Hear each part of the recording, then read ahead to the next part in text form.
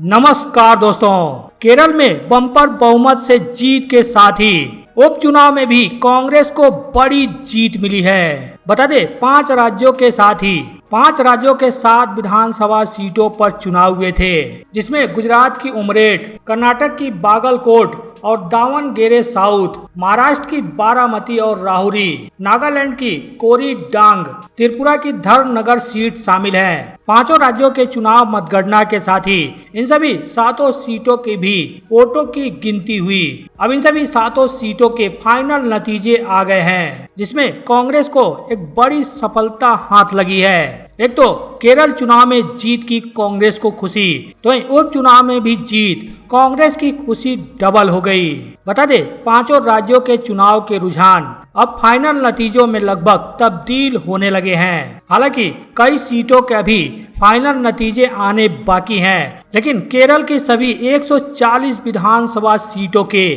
Final नतीजे आ चुके हैं। फाइनल नतीजों के मुताबिक कांग्रेस को अकेले 140 सीटों में से 63 सीटों पर जीत मिली है। सीपीआईएम को, सत्ताधारी पार्टी को 26 सीटों पर जीत मिली है। कांग्रेस गठबंधन वाली आईयूएमएल को 22 सीटों पर जीत मिली है। सीपीआई को 8 सीटों पर जीत मिली है। केसी को 7 सीटों पर जीत मिली है। आरएसपी को 3 सीटों पर जीत मिली है। इंडिपेंडेंट एवं अदर के खाते में 11 सीटें गई हैं। ये तो इंडिपेंडेंट पार्टियों के सीटों के आंकड़े रहे। गठबंधन के हिसाब से किसे कितनी सीटों पर जीत मिली है उसकी बात करें तो आपको बता दें, सत्ताधारी पार्टी एलडीएफ को 35 सीटों पर ही जीत मिल पाई है। पिछले चुनाव के मुकाबले इस बार 54 सीटों का नुकसान एलडीएफ को हुआ है। वहीं कांग्रेस नेतृत्व में जितनी भी गठबंधन में पार्टियां हैं, सभी को मिलाकर 102 सीटों पर इन्हें जीत मिली है। पिछले चुनाव के मुकाबले इस बार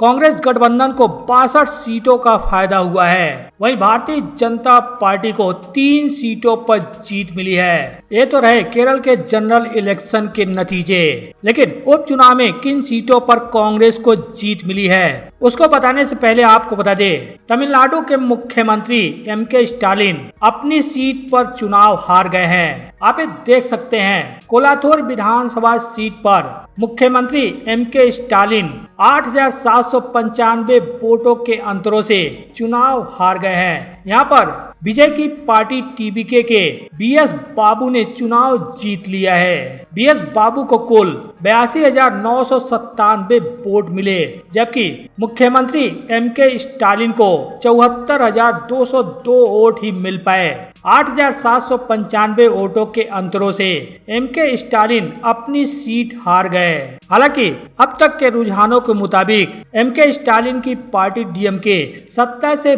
बाहर होती हुई नजर आ रही है, लेकिन सबसे बड़ा झटका यह है कि खुद मुख्यमंत्री एमके स्टालिन अपनी सीट पर हार गए हैं। बहरहाल आगे बढ़ते हुए 5 राज्यों की जो 7 विधानसभा सीटों पर उपचुनाव हुए हैं, उनके नतीजों की बात करें तो आपको दे दे, कर्नाटक की दोनों विधानसभा सीटों बागलकोट और दावनगेरे साउथ सीट पर भारतीय जनता पार्टी को हराते हुए कांग्रेस ने दोनों सीटों पर जीत दर्ज की है। बता दें, कर्नाटक की बागलकोट विधानसभा सीट पर कांग्रेस के प्रत्याशी उमेश हुल्लाप्पा मेटी ने भारतीय जनता पार्टी के प्रत्याशी बीरन्ना को 22,332 वोटों से हराते हुए जीत दर्ज की है। यहाँ पर कांग्रेस प्रत्याशी उमेश हुल्लाप्पा को 98,919 वोट मिले हैं। वहीं भारतीय जनता पार्टी के प्रत्याशी बीरन्ना को 76,587 वोट प्राप्त हुए। 22,332 वोटों के अंतरों से यहाँ पर भारतीय जनता पार्टी के प्रत्याशी बीरन्ना को हराते हुए कांग्रेस प्रत्याशी उमेश हुल्लाप्पा ने जीत दर्ज की है। वहीं कर्नाटक की जो दूसरी सीट है दावनगेरे दक्षिण,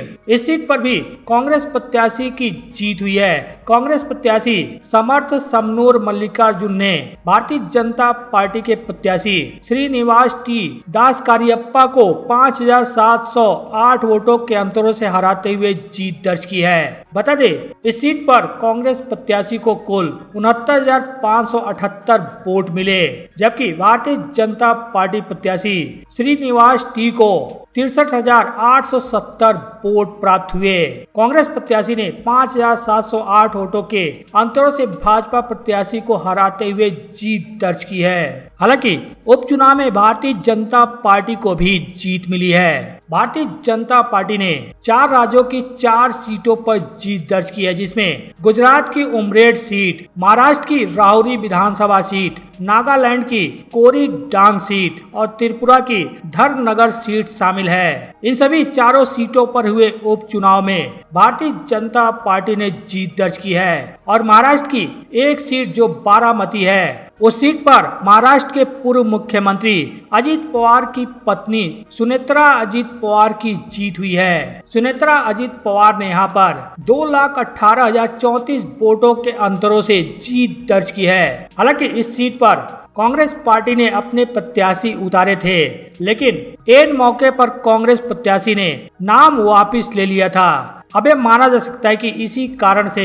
राष्ट्रवादी कांग्रेस पार्टी की प्रत्याशी सुनेत्रा अजित पवार की 2,18,000 भारी भरकम वोटों के अंतरों से जीत हुई है। वहीं 5 राज्यों में से जो 4 राज्य हैं, इसमें असम, तमिलनाडु, पश्चिम बंगाल और पुडुचेरी हैं। इन चारों राज्यों के नतीजों में, रुझानों में किसे कितनी सीटें मिल रही हैं, उसकी बात करें तो आपको बता दें, आसाम की सभी 126 विधानसभा सीटों के रुझान आ चुके हैं, जिसमें 126 में से 121 सीटों के नतीजे घोषित भी हो चुके हैं। महज 5 सीटों के नतीजे बचे हुए हैं। 126 विधानसभा सीटों में अकेले बीजेपी को 82 सीटों पर जीत मिलती हुई नजर आ रही है। 81 सीटों पर जीत मिल चुकी है।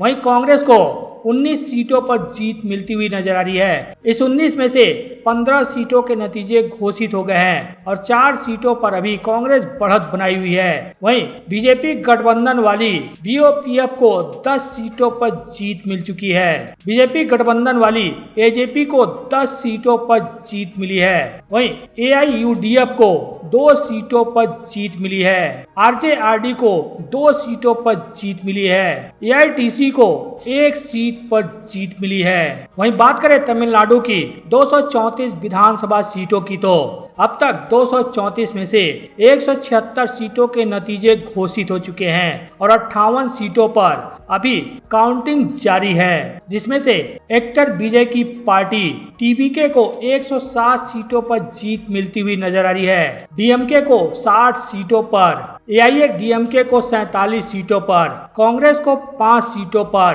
पीएमके को 4 सीटों पर, आईयूएमएल को 2 सीट पर और सीपीआई को 2 सीट पर जीत मिलती हुई नजर आ रही है। हालांकि मान सकते हैं कि 1-2 सीट इधर हो सकता है, नहीं तो कमोबेश लगभग यही फाइनल नतीजे ही होने वाले हैं। वहीं बंगाल में 294 में से 216 सीटों के नतीजे घोषित हो चुके हैं। 77 सीटों के अभी बचे हुए हैं। 77 सीटों पर अभी लगातार काउंटिंग चल रही है, जिसमें बीजेपी 156 सीटें जीत चुकी है और 52 सीटों पर लीड बनाई हुई है, यानी कि कुल 208 सीट। तृणमूल कांग्रेस 55 सीटें अब तक जीत चुकी है और 24 सीटों पर बढ़त बनाई हुई है। कुल मिलाकर 79 सीटों पर तृणमूल कांग्रेस को जीत मिलती हुई नजर आ रही है। वहीं कांग्रेस को 2 सीटों पर जीत मिल चुकी है। एजेयूपी को 2 सीटों पर, सीपीआईएम को 1 सीट पर और एआईएसएफ को 1 सीट पर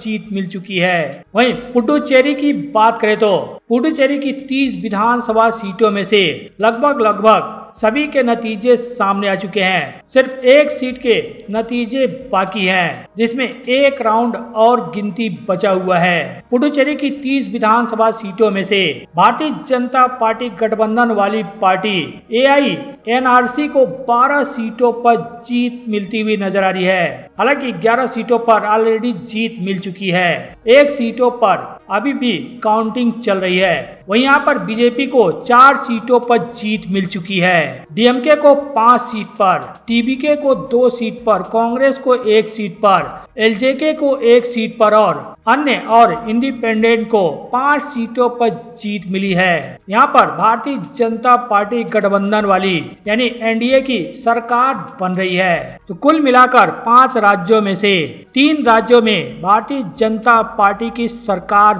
बनने जा रही है। एक राज्य में कांग्रेस की और एक राज्य में बिल्कुल ही नई पार्टी की सरकार बन रही है। वो राज्य तमिलनाडु है। एक्टर विजय की पार्टी टीवीके सबसे बड़ी पार्टी बनकर उभरी है, या यूं कहे कि टीवीके सत्ता में आ रही है।